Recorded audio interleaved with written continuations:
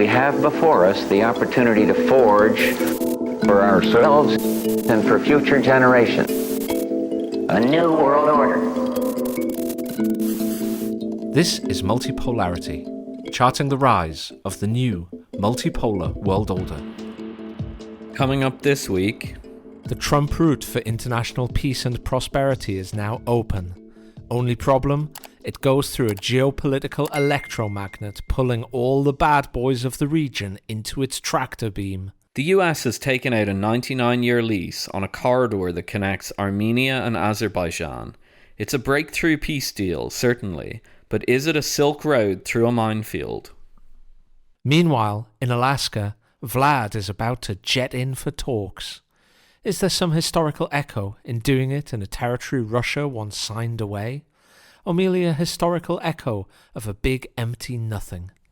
Finally, Trump's new 401k rules mean that Americans will soon be able to invest their money in crypto and to create their own retirement tontines.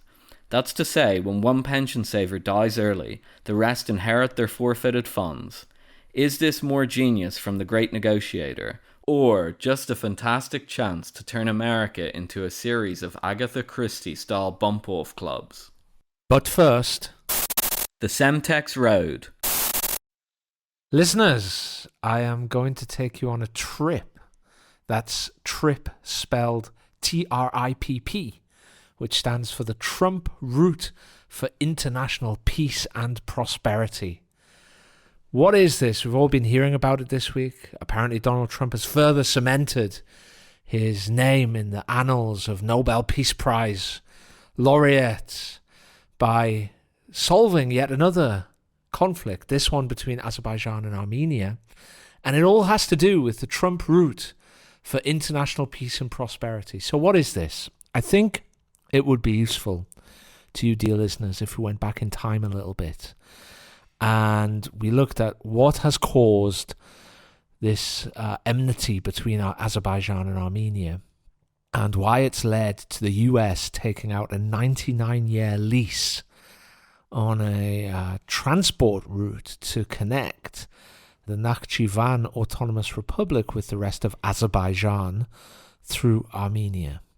Well, it all started back in 1923 when there was a lovely group of people called the Bolsheviks.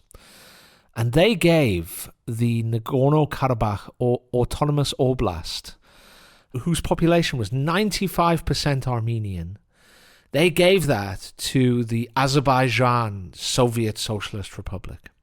This is a classic move that imperial centers make to ensure that it's difficult for any ethnic groups or component nations to rise up. They mess around with the borders and make it hard for groups that might threaten them to consolidate, and they do that especially around the fringes of their empire, and the Soviet Union was no different.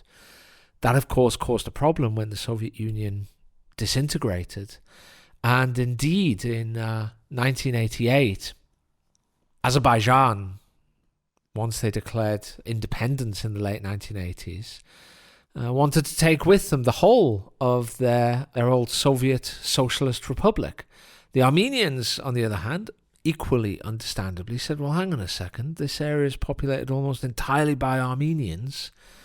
You can't have that within Azerbaijan. And quite understandably, they perhaps didn't want a Muslim, Azerbaijani, nationalist country ruling Armenians who have had a long history of struggling in a region surrounded by Muslims. Equally understandably, the Azerbaijanis wanted to keep all of their territory. So you had one of those situations that was an impasse and led to full-scale warfare starting from 1991. Eventually, that warfare was largely won by Armenia, and it led to the Nagorno-Karabakh region becoming an autonomous region with significant support from Armenia. But the conflict has rumbled on ever since, and despite the best efforts of actors within the region, including Moscow, to be fair to Moscow, to encourage Armenia to find a solution that would make everyone, if not happy, that everyone could live with, Armenia failed to do that, despite the fact that Azerbaijan, due to Caspian oil was growing much, much richer than Armenia. And war again broke out in 2020, which led to a comprehensive defeat, as we now know, for Armenia, as a comprehensive victory for Azerbaijan. It then led to the ethnic cleansing of a large number of Armenians who left mostly of their own accord because they didn't want to be living under Azerbaijani rule, especially not a vengeful one. And we are where we are at the moment. The problem is, though, that Azerbaijan also had an exclave. So Nagorno-Karabakh was Armenia's exclave. Azerbaijan also had an exclave sandwiched between Armenia and Turkey called the Nakhchivan Autonomous Republic. Now, they and the Turks wanted to link the Nakhchivan Autonomous Republic to Azerbaijan without having to go through Armenian customs, without having their transport and their logistics interfered with by Armenians. And unfortunately, the Armenians didn't want to do that because it meant going through Armenian territory. So the solution is the Americans will take a 99-year lease on this strip of Armenian land that connects Azerbaijan with Armenia. They will administer this bit of land. They will administer this transport link. And that means that Azerbaijan can get goods and gas and tourists and services and all the rest of it from Azerbaijan proper to Nakhchivan easily, without any customs from Armenia or anything like that. Meantime, the Turks can get push farther into the Caucasus and eventually into Central Asia as well. So everybody's happy. Well, are they? No, not at all. Because while this is a clear geostrategic win for America, for the United States, at least in the medium term, the reason that it's a big geostrategic win is because it's a loss for two big players in the region. The first and main loss is Iran. What this means is that in the past, goods from Nakhchivan to Azerbaijan and from Turkey to Azerbaijan and from Baku, which is a key oil terminal for the Caspian Sea oil, westward, that went through Iran. And now essentially this corridor, this trip, the Trump route for international peace and prosperity, is going to bypass the Iranian route. It also means American forces, because this is going to be controlled by supposedly a private military company, but American forces on Iran's northern border. It also cuts Iran off. It basically draws a line across Iran's route to its main ally within the Caucasus, which is obviously a crucial region for Iran's security, which is Armenia. So Iran really has lost, and has lost big time. The other loser is, of course, Russia. Traditionally, Armenia and Russia have been allies within the region. Russia has been the main guarantor of Armenian security. Armenia is a small, underpopulated, and very poor country. And it's surrounded by enemies, first of all Azerbaijan, but also Turkey, of course, which has a long history of enmity with the Armenian people, up to and including genocide, in fact.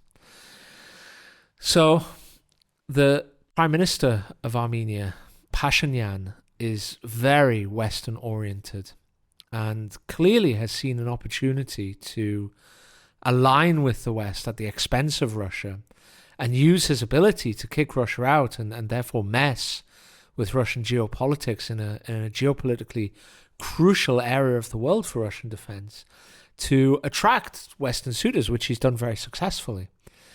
Of course, it's not quite as big a deal for Russia as it is for Iran, because Russia essentially, Armenia is essentially reliant almost entirely on the Russian economy for its own economy.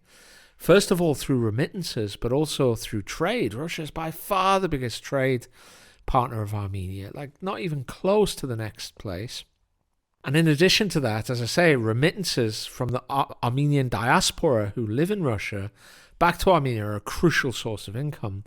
So Russia still has significant leverage, although obviously seeing the Armenians giving up this chunk of land to the Americans, engaging in joint military exercises with the Americans, this is a a defeat for Russia, although not as big a one as it is for Iran. Meantime, big victory for Azerbaijan, who has fought a war and got literally everything it wants. It's got Nagorno-Karabakh back. It's kicked the Armenians out of that area. Now it's ploughing through Armenian territory, linked up with its Nakhchivan autonomous district. And in addition to that, it's a big win for the Turks, who can now start looking to project power into Central Asia. As I've said many times on this podcast, because of Turkey's geopolitical position, it has traditionally had many directions for potential expansion. Northwest into the Balkans and into southeastern Europe, southwest towards North Africa, southward toward the Levant, eastward toward Central Asia and the Turkic nations of Central Asia, like Turkmenistan, Azerbaijan, Uzbekistan, Kyrgyzstan, and all of the rest.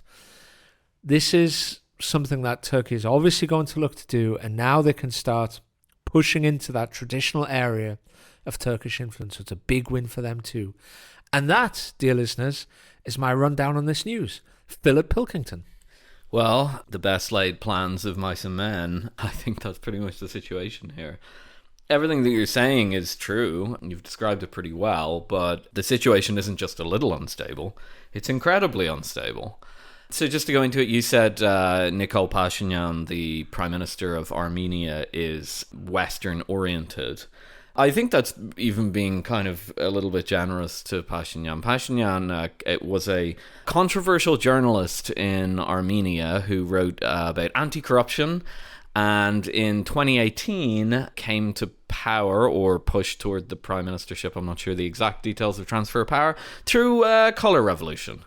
There is talk that he's tied to George Soros and the Open Foundation, which is wildly denied.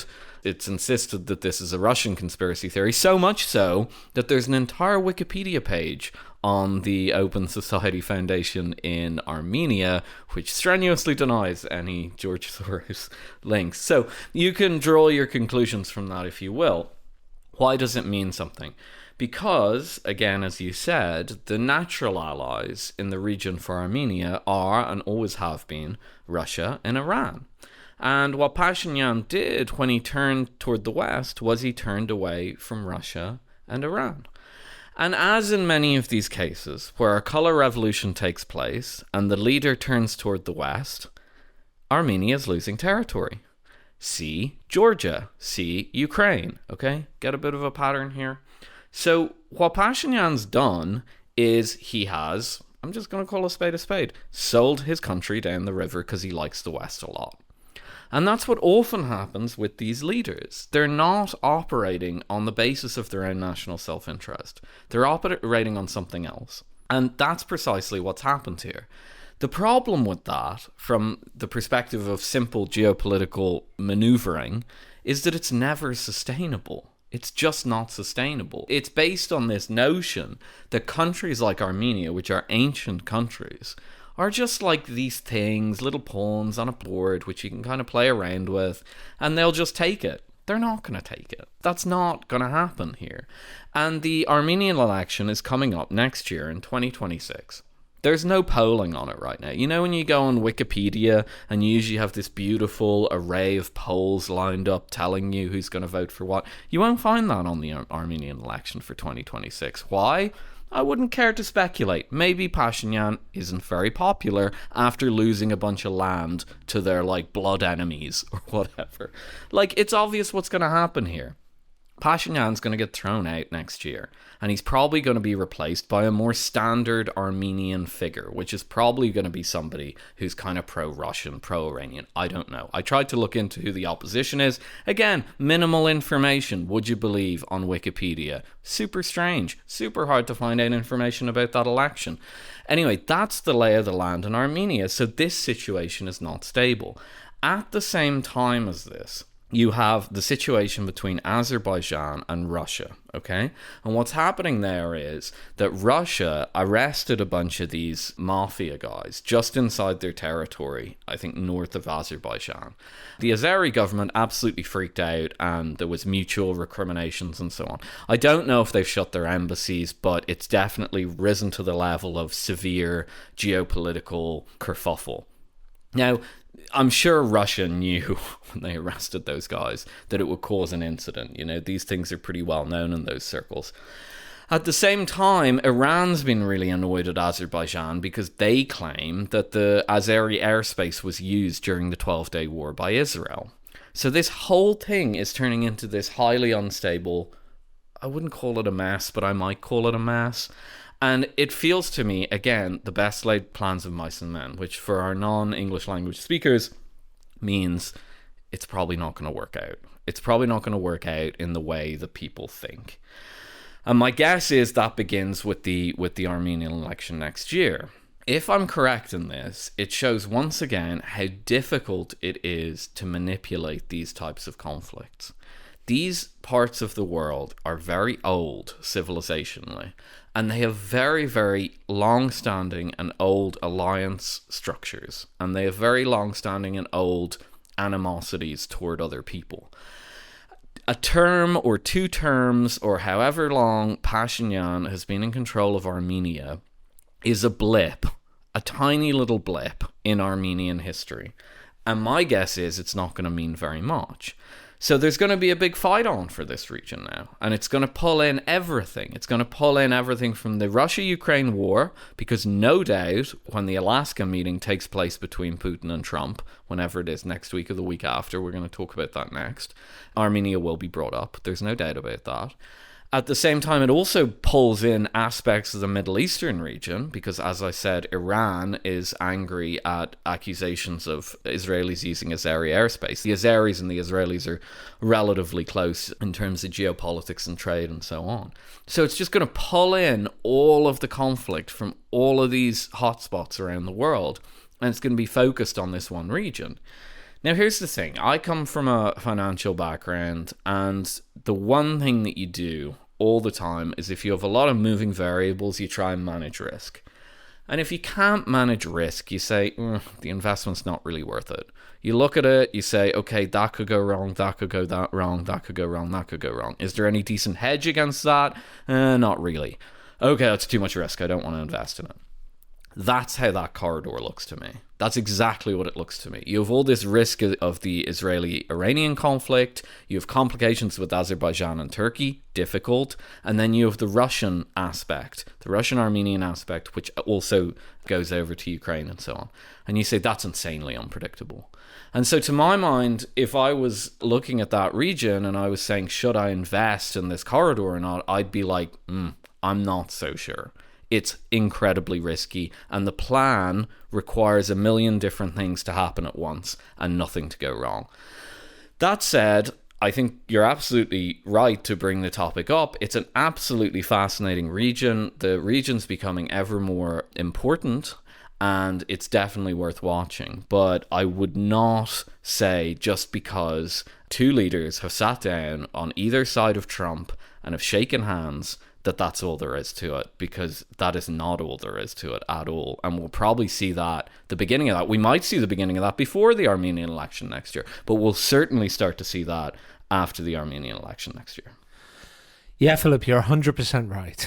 Of course you are. It's kind of ridiculous that anybody thinks that this is going to be anything else than a massively destabilizing influence within the region. You have to hand it to Pashinyan, though. You have to hand it to Nikol Pashinyan. Look, he got into power on a promise of kind of anti-corruption and kind of westernization, insofar as that meant, Western-style, high trust level institutions. And what did he do? Well, first of all, he alienated the Russians, the guarantor of his security within the region. Then he ignored them when they told him that Azerbaijan was getting stronger all the time and that it would be better to reach some kind of, equitable agreement over Nagorno-Karabakh sooner rather than later. He ignored that. Then he got himself drawn into a war. He lost a war. And this isn't like not being able to keep Iraqi militias out of Basra. I mean, this is like a proper existential war. Lost the war. Then he saw more than 100,000 of his people ethnically cleansed out of their ancestral land. And he did all of that and still managed to stay in power for long enough to hand over a big chunk of his country's land to their blood enemies, Turkey and Azerbaijan. I mean, you really have to hand it to the guy. It's tremendously impressive to have avoided the lamppost after such a sequence of events, let alone remained in power. So that's the course that he's been set on. And I think there's a few points to make here.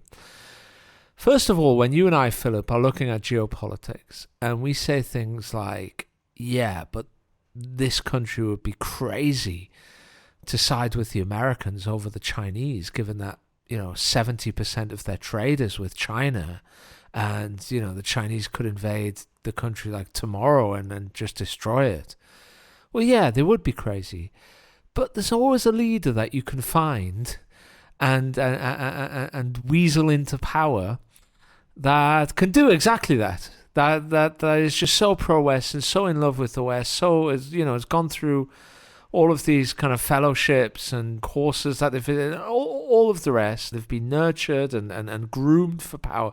You always find people like that in these countries, and it's one of the reasons that the Americans have so many foreigners in universities and all of the rest of it.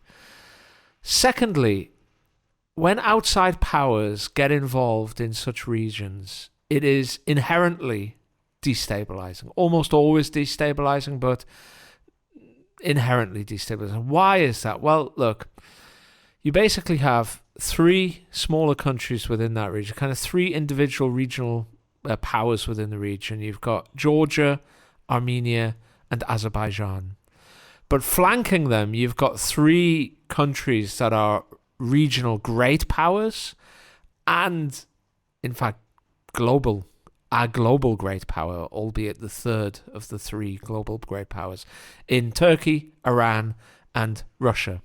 The Caucasus, because it is mountainous and very mountainous, it's an alpine region, and it's flanked on the west by the Black Sea and the east by the Caspian Sea, and it allows just a narrow strip of land which is, covered in alpine mountains. Because of that, it is tremendously important for the security of all three of these flanking powers, all three of these great powers.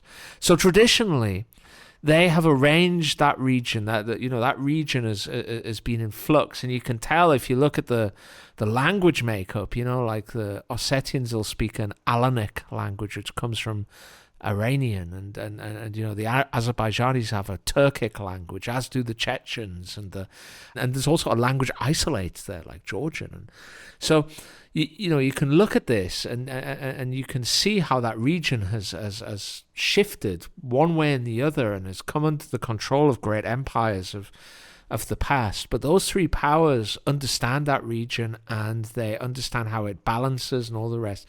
Then you get some big clunking fist like the Americans coming in. The Americans have their own interests as well.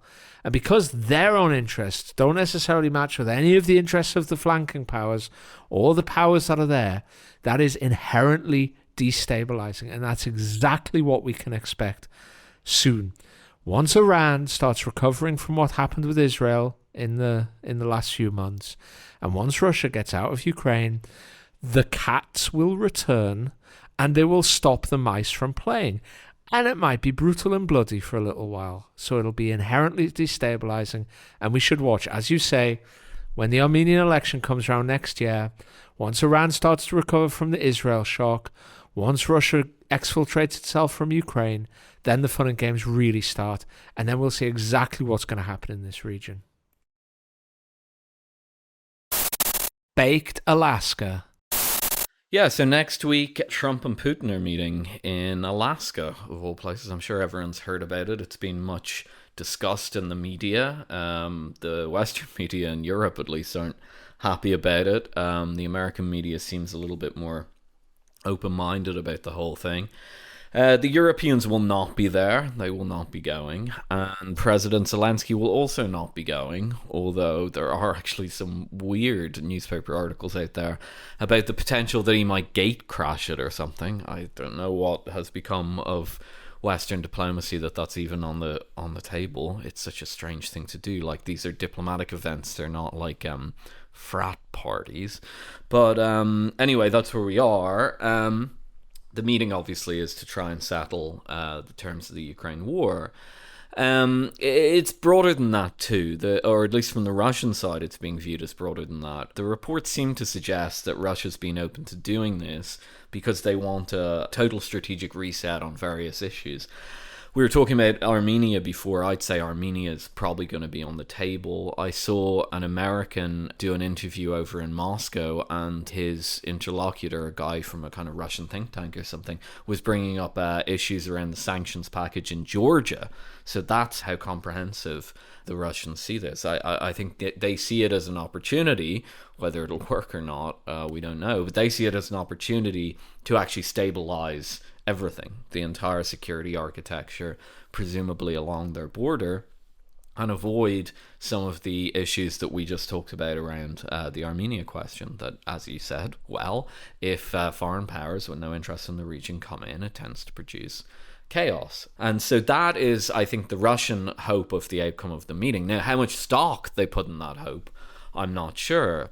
When the meeting was first announced, I was relatively dismissive of it.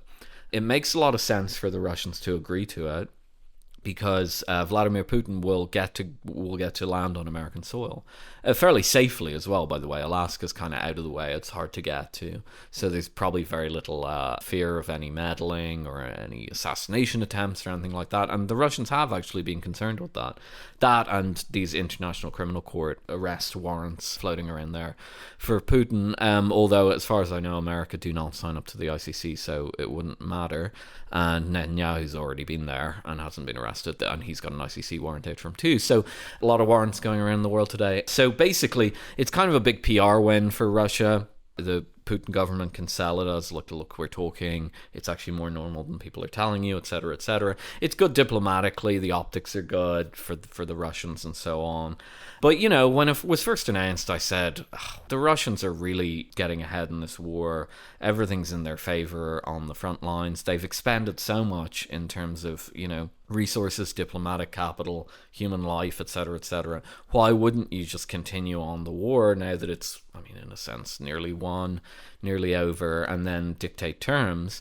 But then something happened, which you actually highlighted to me in the past 2 days, which is the front in Pokrovsk, which is a very, very important part of the front line, of the Ukrainian front line, has started to collapse. Now, I think we've said it on the show before, we've avoided making war commentary because it's kind of slop, as the kids say. There's usually not much point to it. But I'd been hearing about the collapse of the Pokrovsk front for about 6 months now, probably going back to December, January, actually more, I guess we're in August, so 8 or 9 months. And not just were people saying, you know, there's a very good chance that this front could collapse, they all said during the summer. And I followed this and I took note of it, and I think I've mentioned it on my Twitter before, or on the show before. And lo and behold, we're toward the end of the summer, and there's been this big 15-kilometer movement in the Pokrovsk direction, as they call it. A really significant breakthrough. And I just wonder, the scheduling of this meeting at the very same time as there's this major breakthrough seems to me significant. I'm not saying there's a conspiracy afoot. I think the explanation could be quite simple. It was clear that the Pokrovsk line was going to break in the next, say, 6 weeks. The Americans understood this. The Ukrainian military understood this. And so the Trump administration put forward this meeting to the Russians. He sent Witkoff over. It looked like a bit of a quick and dirty job. I think Witkoff was over there last week. And then they get the meeting done within a week or two. It looks kind of like a panic meeting in the face of new intelligence from the battlefield. We can talk about it a little bit, but basically the situation in Pokrovsk itself, it's a key hub. If they lose Pokrovsk completely, the whole Ukrainian supply line and front line doesn't shut down or anything, but it's vastly degraded. But basically, the way that the current Ukrainian front line is, it's like World War I. It's just this big string of fortifications, whether it's very solid, like in the cities, or less solid, that have been built. But they're pretty intense, and these exist all along the front line. Behind that is largely, at this stage in the war, just open steppe, just open field, you know, and it's quite flat as well. Ukraine's a very flat area. And if you break through, seriously, any of the points of that front line, you have pretty much freedom of movement, as far as I understand it, right up to the Dnieper River. But most importantly, you have freedom of movement to send troops in through the crack and then surround the front line, if you can picture that in your head. And I think that there's a fairly good chance that that will happen. And by the way, I'm not the only one. I was reading Ukrainian. I was careful to go and read Ukrainian war mappers and so on. And they're raising this possibility too. Here's my understanding of it. Each point in the front line is a series of fortifications, in effect, or groups of fortifications. And if you can capture those fortifications, let's say you capture them in the space of about a kilometer or something like that. Maybe there's kind of 2 groups of fortifications within a kilometer.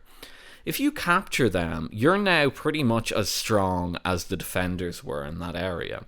But you've opened a kilometer, which you can feed troops and so on through. Not perfectly. They'll probably be under fire control from the enemy, but they were always under fire control from the enemy. What the Russians are apparently doing is sending people in on motorbikes, which are fast. And the Ukrainians, at the moment, these are the reports, are mainly using drones to try and get these guys.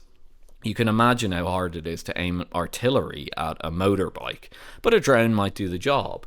And so you send extremely light infantry up through that 1 kilometer front, and you just keep sending the guys in, and they just flood the zone in effect. And at a certain point, when you've kind of flooded the zone and you're out of major fire control of the front line, you're now behind it, you can begin to build up forces there. And at that point, the enemy begins to become surrounded, actually. So, look, the Western military media are panicking about this. You sent me an article, Andrew, or a tweet from Julian, whatever his name is, Rupka, I think his name is. And he's been very pro-Ukraine, and he's probably one of the more knowledgeable Western journalists about the actual war. A lot of them have no idea what's going on. They don't know anything about war. It's like a little sci-fi fantasy in their head. They think they're in Saving Private Ryan or something. He actually knows what's going on. He's very pro-Ukrainian. I had a good look at the Ukrainian mapping accounts, which are the most serious on this. And this is a widespread fear. So put the 2 things together. At the very least, that summit is going to be held, or that meeting is going to be held in Alaska next week. And the Trump administration are going to have to sit opposite Putin, where Putin is holding a card which might collapse significant amounts of the front line in the coming weeks.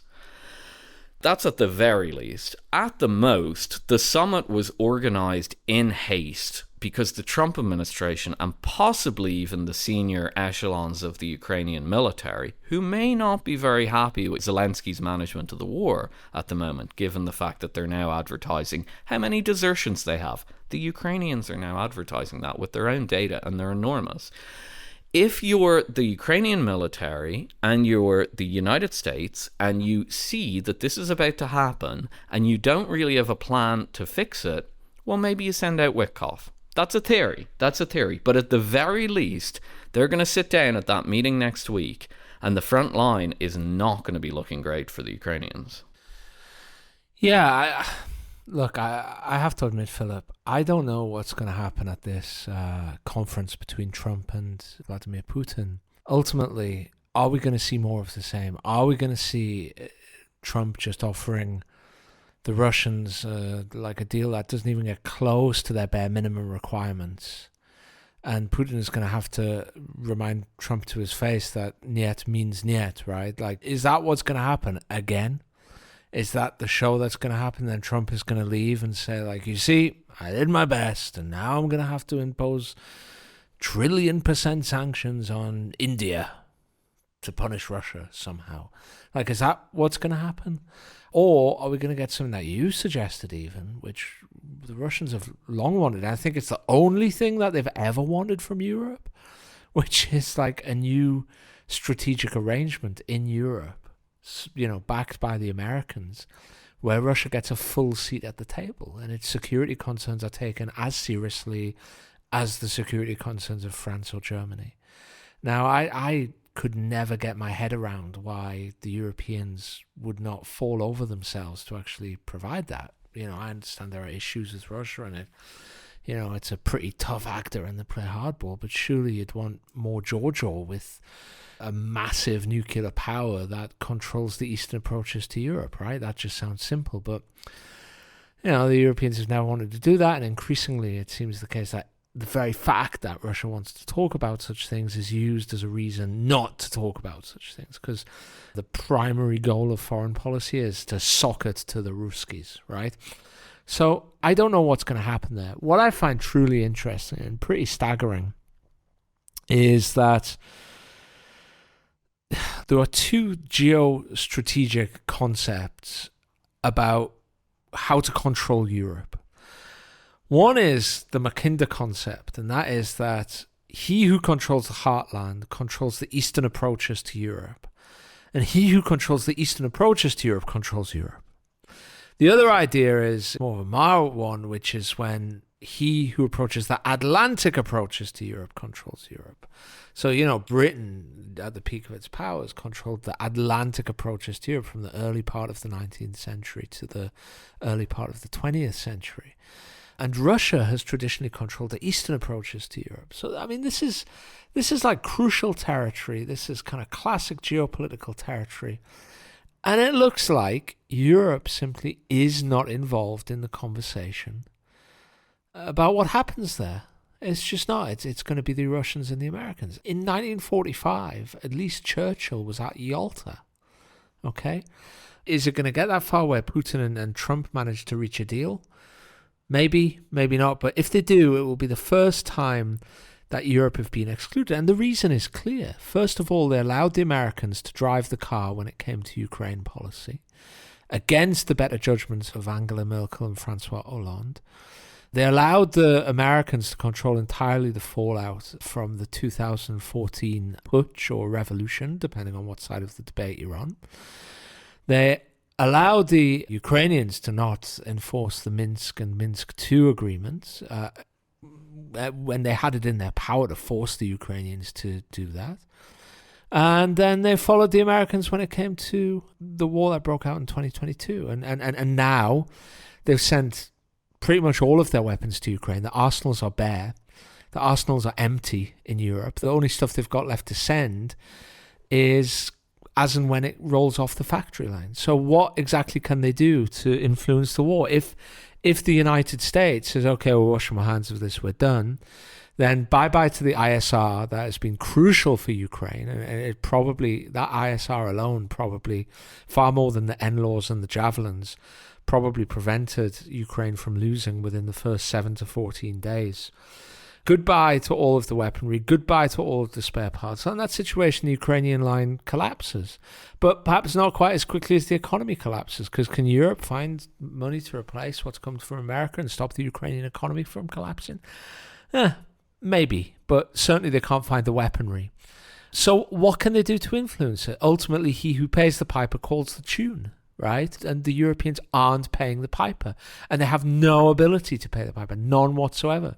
And they're sitting there just repeating these kind of platitudes that they don't even believe in. Like, territory can't be redrawn by force. Well, the Europeans did that, and they also didn't care about it when it came to Israel and Cyprus, and they did it themselves with regard to Serbia. Or Russia can't be rewarded for its aggression. Well, okay. Well, like you and whose army? You don't have an army. Well, funny that.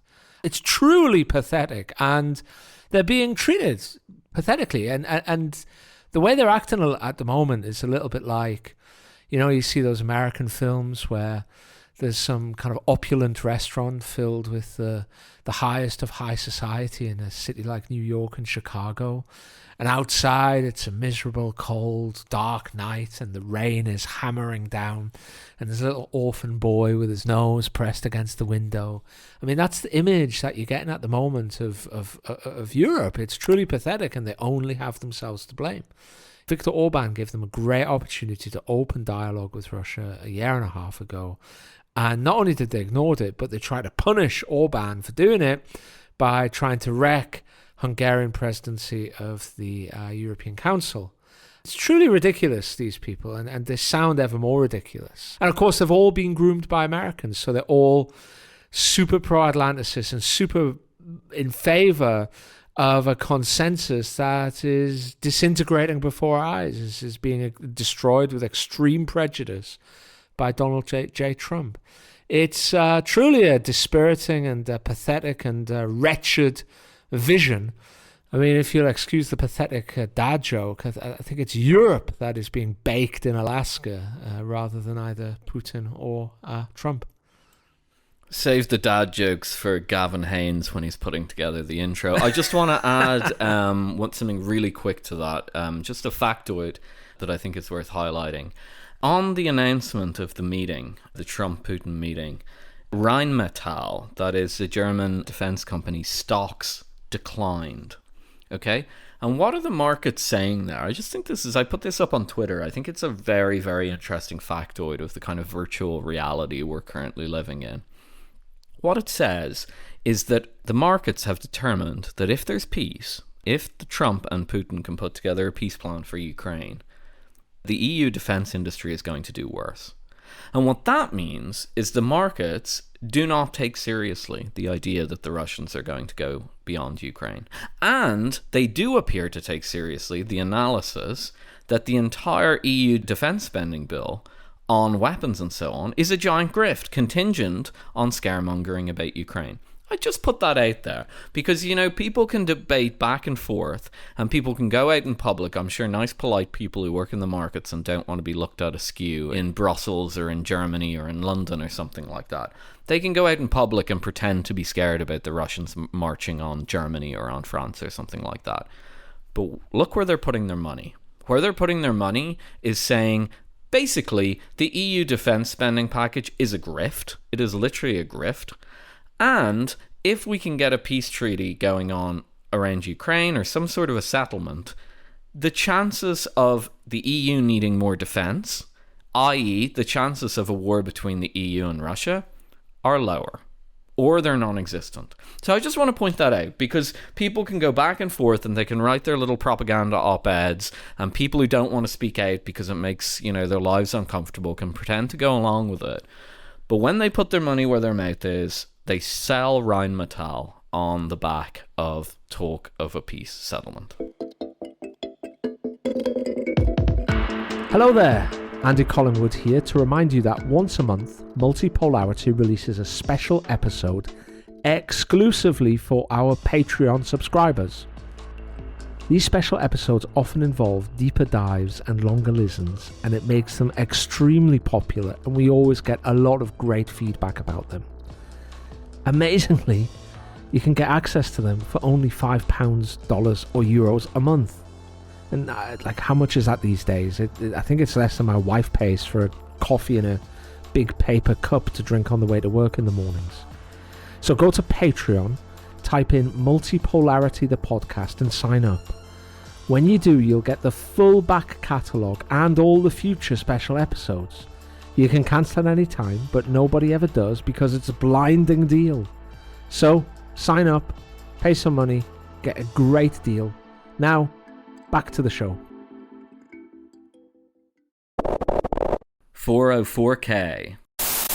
Well, it's not often that Multipolarity looks into the thrilling and fascinating, high-paced world of pensions and retirement savings. But if you bear with us for just a moment, you will find this interesting because I think it has an extremely important point to make about the current state of American civilization and probably more broadly the West, if such a thing exists. So exactly a week ago, when you'll be listening to this, listeners, President Trump signed an executive order called the democratization of access to alternative assets for 401k investors.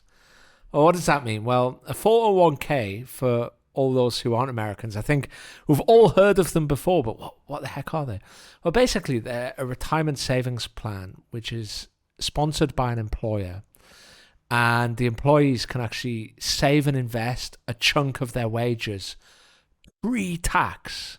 So it's kind of like deducted from their wages before the tax is paid, and then they can invest in that. And sometimes employers, as part of like a benefits package, will offer kind of matching payments or some kind of co-payment somehow. And then those wages that are taken out pre-tax are invested, and then they're only taxed once the withdrawal happens after the age of 60, right? Like that's what a 401k is. It sounds like a pretty cool program for saving for your retirement. I like it. It's good. So what Trump has done is he's signed an executive order that allows 401k programs to invest in a much broader range of investment options. And the idea is, the claim is that basically there's a disparity in investment options between the elite, the professionals, and what they can invest in, and your ordinary Joe Sixpack with his 401k. It's like these elite guys that can invest in all of these cool things with their money, but my 401k, I can't invest in all this stuff. So Trump is saying, hey, now you can under me. There's going to be much more freedom in America. It's going to be great. We're going to remove the regulatory barriers to this. We're going to remove the litigation risks. And we're going to allow you to try to get a higher rate of return for your retirement on your 401k. Great. So what are these investments? Well, private equity and venture capital. So you'll now be able to put your money into private equity and venture capital. Real estate and commodities. Infrastructure projects. Hedge funds and holdings in actively managed digital assets. So that means things like cryptocurrencies. So Bitcoin, Ethereum, funds that are like ETFs that are Bitcoin and Ethereum and all the other crypto. And another one called longevity risk sharing pools, which I had to look up. But basically, it's like a death pool, from what I can understand. It's like a bunch of people pool some money and invest it. And as you pop your clogs, the other people continue getting paid from your investments. It's like I don't know quite how it works, but it sounds very shady to me. Here's the thing, and here's what makes this interesting. There is a reason why pensions are usually forbidden from investing in high-risk assets, okay? Hedge funds do it, and family offices might do it, and individual high-net-worth individuals might do it, but pension funds tend not to do it. And the reason is they're really risky, okay? So a junk bond might offer a 12 or 15%, or payment in kind bond might offer an 18% annual yield, but the chance of that company, the company that issues that bond going bust is really high. And that means instead of getting your big fat coupon every year and then the principal at the end of the term of the bond, what you get is nothing, or just a liquidation value of whatever assets the company has. All right, and often not even that, because there's other people up the claims ladder from bondholders. Like, these things can go bust. And the thing is, a pension is something to support you in your old age when you can't support yourself. So you want that to be safe. So maybe you're not getting 8 or 10% returns a year or 12% returns a year on your pension fund.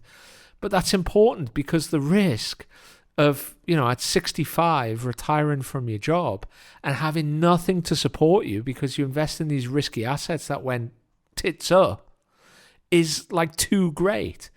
So, for instance, Multipolarity is not a financial podcast, but we've had more than one show about how pretty smart people are raising the alarm bells about the state of private equity. We've had more than one show about that. Its ability to generate returns, its ability to attract capital, people withdrawing capital. Like, it seems, reading the runes, and again, we're not a financial show, so we're not experts, we're not financial, but reading the runes, it seems that private equity is not in the safe kind of way that it was. It seems a bit shaky compared to 5 or 10 years ago. Cryptocurrencies are wildly volatile. There is no underlying asset for a cryptocurrency. There's no underlying value. A cryptocurrency does not generate yield. It doesn't generate return. Its value is being able to sell it to somebody at a higher price in the future. That's literally the bet, okay? It's tulip bulbs. And maybe there's a reason for that because of, money printing and all of the rest of it. But still, okay? These are... and longevity risk sharing pools, like, really, these are risky assets. But look, if I'm a private equity fund manager, I look at the 401k market and think that has like the thick end of $9 trillion worth of assets under management within various 401k funds and programs. Boy, I'd like to get my hands on some of that capital. Wouldn't that be great? So if I'm, lobbying the government, well, 401ks, that would be great for us. If I'm, involved in the crypto industry, as, for instance, a certain president of the United States is very heavily involved, I would love to get my hands on the capital available in 401k funds. 8.9 trillion. That's bigger than the GDP of almost every single country in the world, bar like 2 or maybe 3. Okay? This is big money, and it feels very much like the last dregs of the barrel. They've kind of gone through everything else, and now they're kind of picking up stuff that is kind of nailed down, and they're trying to shepherd that silver out of the family home before it all gets liquidated and sold off. That's kind of how it feels, Philip Pilkington. But you might have a different view, because I don't think that this bodes well at all for American capitalism or society. No, I totally agree. I watched this in real time happen when I was working in the sector. I worked adjacent to pension funds doing asset allocation. I mean, it was literally, this was my job in effect. We weren't doing this, just for the record, if anyone's going to look up where I worked or anything like this, not accusing my former company of doing this. They weren't.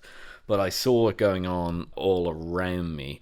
Before I say something about that, I just want to point out in these longevity funds, we were joking earlier, I think it's probably worth sharing because it's kind of morbidly amusing. It's like entering into some sort of a mutual will with a bunch of strangers or something like that. It's like a recipe for Cluedo murders or something like that. So I think we proposed before we came on the show to call them Cluedo funds. So if anyone in the markets wants to steal that and pass it around, you could have some fun. I mean, I think, to be fair, Philip, they are like the pool is bigger than Mr. Mustard, Mr. Plum, and the rest of the Cluedo guys. But yeah, I mean, that's exactly how this. I mean, I don't know a lot about them, so somebody might come and correct us if we're wrong. But they do sound one of those death pools, right, where the last person living gets all the money. I don't know. I'm not saying that there'll be any murders as a result of Cluedo funds, but I am definitely pointing out that in a Cluedo fund, your self-interest is in the other people dying. So that's kind of it's a weird incentive structure, let's just put it that way. I hope it doesn't result in Colonel Mustard killing anyone with the candlestick at 12 p.m. in the dining room. I mean, just one more thing on this, by the way. One more thing. I'm sorry to interrupt. I know I've got limited time, but one more thing on this. Having outside investors in that, because the thing about these funds is they can return more, give you a higher rate of return than ordinary life insurance, for example. But the reason for that is there's no guarantor, and they don't necessarily have any risk buffers, right? So if their investments start going tits up, then there's no risk capital, for example. There's no guarantor for this. You just start losing your money right quick. But if you have outside investors in this, it becomes a bit like the credit default swaps, where you're taking insurance on somebody else's house burning down. I mean, it's very strange. It really is. I don't know. I mean, this sounds usurious somehow to me. Yeah, I mean, what you just said about the similarities to some of these extremely exotic, strange insurance policies is apropos.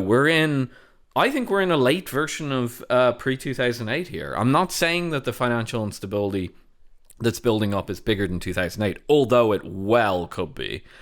We don't know. It's all hidden in the system. It's hidden in shadow banks and death pools and all sorts of... The weirder things get. By the way, I just want to say these death pools, these longevity funds, which sound like something out of kind of like one of these cryopod things or something, the terminology around it.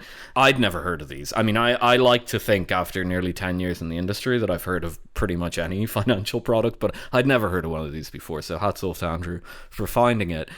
Something so exotic and strange that glares at you like a human head in a jar. But the basic issue here is exactly what you said. They're tapping the dregs of the keg here. There's not much left. Now, to give some history of this started basically when I started in finance around the mid-2010s.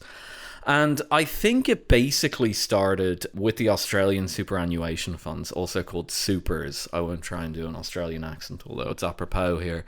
And the superannuation funds are what you think they are. They collect on your income tax. They collect on your paycheck. They're one of these pay-in-as-you-go systems, which are mandatory, as far as I know, in Australia. And the superannuation funds, or the supers, were a little bit less regulated than everybody else. And they started to branch out into what are called alts, politely, if you're ever running a pension adjacent portfolio. Sorry, I know too much about this. They're called alts, and you can pretty much hide anything in the alts. That's kind of the trick. They're kind of one cabinet with multiple drawers, and there's tiny little drawers, and you're not sure what's in the tiny drawer. It might be like a single stock holding leveraged up to bits or something. Probably not a single stock holding, but weird stuff can be hidden in the alts category. And then when you present it to the client, you go, "Oh, those are the alts," and they go, "What are the alts?" And then you give some boilerplate answer like, "Well, alts are a thing that delivers inflation plus 3% and blah blah blah, jargon. But it could be all sorts of spicy stuff. And as I went through my career, I saw that alt section in the markets overall grow. I saw it become more and more normalized. A few years ago, just before I left the UK, I wrote an article against the then Conservative Chancellor, who was trying to do this. He was trying to put these things to allow access to the pension funds, which, as you said, this is the real moneymaker for these finance firms. They've taken up all the other capital. If you're in financial markets right now, raising capital is difficult. You open up those pension funds, man, you've just opened up, like, I don't know, the Midwest to hunters in the early 19th century. Like, that's literally what you've done. And I've made the same points that you've made against this. Here's the thing, though, and I think I said it in the article. It was in the Telegraph. I can't remember the name of it, but it's probably worth looking up if you're really interested in this. This is not going to work out well for the financial services industry because it's being driven by greed, and anyone who knows anything knows that what you and I are saying is true. If anyone is listening to this podcast and works in the financial services industry, maybe even as a trader, but even especially if you're at a portfolio management level and you're not engaged in highly risky portfolio management, for example, a highly leveraged hedge fund, or even maybe a highly leveraged private equity fund or something like that. If you work in that industry, you know exactly what we're saying is true. Everyone around this knows this is true, and it is not being driven by that. It's being driven by greed at the margin, and maybe by people in those financial markets who probably don't understand portfolio management very well. They're probably pushing it because they just want to make a quick buck. Well, here's what's going to happen. If the credit cycle turns, or another way of saying that, if there's a recession, or financial markets crash, or an equity markets meltdown, all the goo's going to come out, just like it did in 2008. But it's going to be a little different to 2008 because it's not going to be the banks that melt down. The banks have been regulated. Now, is there junk in the banks? Possibly. I think some of this stuff could be hidden even in the banking structure. But to a large extent, the banks have been regulated. And that's why these guys have had to turn their attention to the pension funds. What'll melt down are the pension funds themselves. And then the pension funds are going to have to go to the government and ask for a bailout. And can you imagine how this is going to look? Because everyone's got their money in a pension fund. Now, they'll eventually get their bailout. Don't get me wrong. You can't turn around to people and say you've lost 30% of the money that you've been forced to pay at gunpoint by the government through your paychecks. No, you're going to have to bail out that pension fund. But in the process of bailing out that pension fund, people are going to start to ask the same questions that they did in 2008. What is all this stuff? And they're soon going to find out that these shysters on Wall Street were gambling with their hard-earned money. Not as abstract as the banks giving out funny loans and then it has to be bailed out through this TARP program at the Federal Reserve. No, much more simple. You paid a certain amount of your paycheck into a fund that was told to you was pretty much a guaranteed pension fund, inflation plus X%, whatever they're offering, and that was there for you when you retired. And then you're going to realize, no, this thing was being handed off to people to invest in everything from cryptocurrencies to weird debt pool Cluedo funds to, as you said, infrastructure investment. God knows what the risk return profile on an infrastructure project is. I wouldn't even know how to measure it. You're going to find out that somebody was playing with all this money. And you know what you're going to do? Even if you're bailed out, you're going to get really, really mad. And that's what's coming down the pike here. We have enough problems with potential political radicalization and so on right now. If people out there want to complain about the populist movement as it currently stands, yeah, try and start screwing around with people's pensions. Yeah, see what happens when you do that. So unless the markets have lost the capacity to go down, which, you know, if you watch them week to week, month to month, year to year, you could become convinced of that. They seem to be floating on air ever since 2008 and the start of the QE programs. And maybe it's permanently on the up and up, and we just see currencies fall and the whole thing becomes completely fake. But if the credit cycle still exists, if a recession can still happen, and if those markets can still come down from their current valuations, the reckoning here is going to probably make 2008, from a political perspective, I'm not saying from a quantitative perspective of how it impacts the economy. I don't know. Nobody knows. But if it, from a political perspective, if it's the pension funds that blow their top and not the banks, I mean, pitchforks are coming out.